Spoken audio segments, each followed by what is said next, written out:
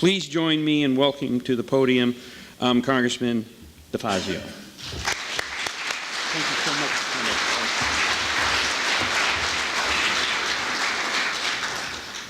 Well, I'm going last, and I don't know what the previous speakers said, so I'll just hopefully not be repetitive. A lot of people are very excited because the President added the word public to private financing.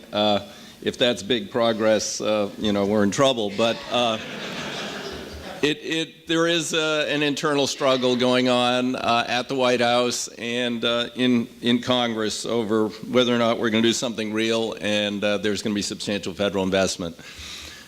Paul Ryan, 10 days ago, said it should be 40-to-1 private money.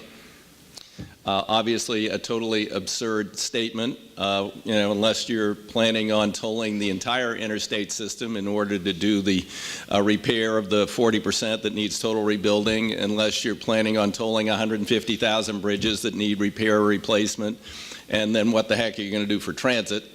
Since there is no transit system in the world that makes money, how are the investors going to get their money back? Oh, we'll raise fares and then ridership drops off. Doesn't work.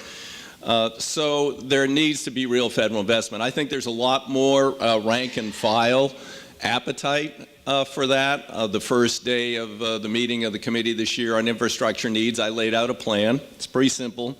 I could get us to about $60 billion with absolutely minimal impact on citizens, taxpayers. Nobody would lose their election over my proposals. And number one is we collect a tax every day, which is on every imported good, which is a tiny ad valorem tax to pay for harbor maintenance. I have a proposal that we actually would use the tax that we collect to pay for harbor maintenance on harbor maintenance. Now, that's a pretty radical proposal in this town. I got it in the Water Resources Development Bill last year, got it out of committee.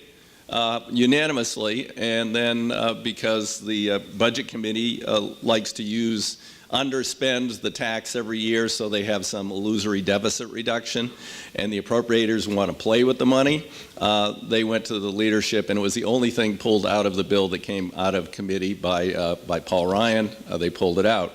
But I was there for the debate, and member after member stood up and said, "Oh, I'm with DeFazio on that. We gotta just do it a little bit differently." So we'll see. Number two, so there's about $27 billion over 10 years if we spend that tax and the accumulated $9 billion balance that's in the Treasury theoretically somewhere. It's digits. Then. The second one would be airports. I know this isn't necessarily directly what you came here for. I'll get more to that, but this is a little package I sent down to the President, and I'll be discussing with DJ Gribben tomorrow. And I've already discussed with Secretary Chow. We have $32 billion of unmet airport needs. You know, if you fly around much, you see a lot of airports these days are more like Greyhound bus stations. And the airports, you know, a lot of them are bonded out. So they need a modest increase in the passenger facility charge, a user fee, in order to bond more improvements. So today I'm introducing with Mr. Massey, a Republican, a bill to lift the cap on the passenger facility charge to allow the airports to move forward with projects. We have very strict guidelines in place. None of this money goes off airport. It all has to benefit the traveling public and facilitate better aviation system. Now, the airlines would have you believe that if you have to pay another $1.50 or $2 for your ticket, you're going to say, heck with this, I'm not flying anymore. Yet, if you noticed, United just matched one of those, whatever, Spirit or somebody, to say that if you want to put something in the overhead bin, you got to pay $50. So, but that doesn't deter you from flying. You're very thrilled to do that, but they have this economist locked in a closet somewhere who pretends to justify the rationale behind passenger facility charges are different. It's not part of your travel experience. It sure is. I mean, you're walking through this crappy airport, standing in long security lines that needs work. It is part of the travel experience, and I keep trying to talk sense to them. But there's that. Now finally onto surface. You all know the needs, the deficit. You know the need for federal partnership. The first thing we saw out of the transition team was a white paper on PPPs. Now, P3s, well done, have utility, but for only a tiny fraction of the number of projects we need to do. I'm not aware of any P3 that's gone forward that was less than $1 billion. And almost all P3s are backed up by TIFIA loans. So the federal government is involved at that level anyway. We had a special select committee 3-4 years ago, met for 2 years. The first meeting, all the Republicans thought, this is the answer, we just privatize everything and it'll work great. By the end, we have a bipartisan report, it's on the website for the committee, bipartisan, saying, yeah, P3s are great and they can solve this much of the problem. When properly used. So that's a fantasy. So we need more substantial federal funds.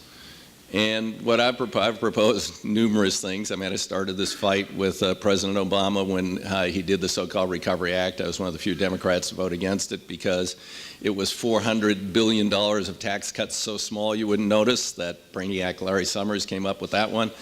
And about 4% of the total bill, somewhere around $35 billion, was going into surface programs.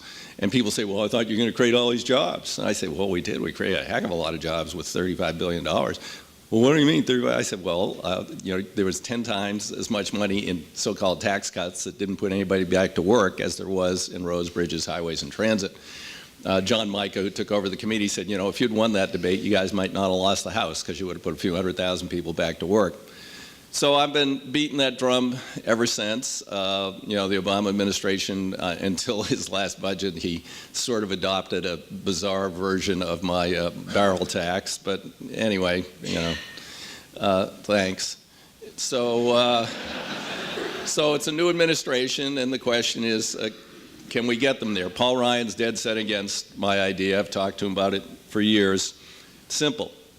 Index the existing fuel charges, taxes on diesel and on light vehicles and trucks, the gas tax. Index it to construction cost inflation and fleet fuel economy. Obviously, construction cost inflation means every dollar we collect buys less. We haven't raised the gas tax since 1993. And fleet fuel economy means people drive more miles, but pay less per mile to do it. So that double indexation, according to estimates we have, would raise the gas tax by up to 1.2 cents to 1.3 cents a gallon a year. And I have asked in committee, raise your hand if you think you're going to lose your election if gas taxes go up by 1.3 cents a gallon next year. Nobody raises their hand. And I did have, so you double index, you project that income, and then you issue bonds every year for 15 years. $33 billion of bonds, 30-year bonds every year for 15 years. The last bond wouldn't be paid off for 45 years, but it would be paid for out of this increment on top of the fuel tax. No additional deficit created. And DOT says that amount of investment, 1/2 of $1 trillion, could bring our existing infrastructure up to a state of good repair, all of it, the $85 billion in transit, in addition to the 140,000 bridges to a state of good repair or replacement, and the whole national highway system itself up to a state of good repair. That, to me, would be obviously the best way to move forward. I presented that in committee, and I had a couple of surprising people I won't name directly, but someone very prominent in the Tea Party or the Freedom Caucus say, I'm going to get in trouble because I'm going to be associated with a liberal like you. I said, I'm not exactly a liberal, but okay. And he said, well, I like those ideas. You're not creating any debt. So I think there's some, there is some appetite there. If we can get Trump to really push for something very reasonable like that, then we can roll Paul Ryan and we can get it done. But that's where we're at. So, with that, I'd be happy to take a couple of questions if you want.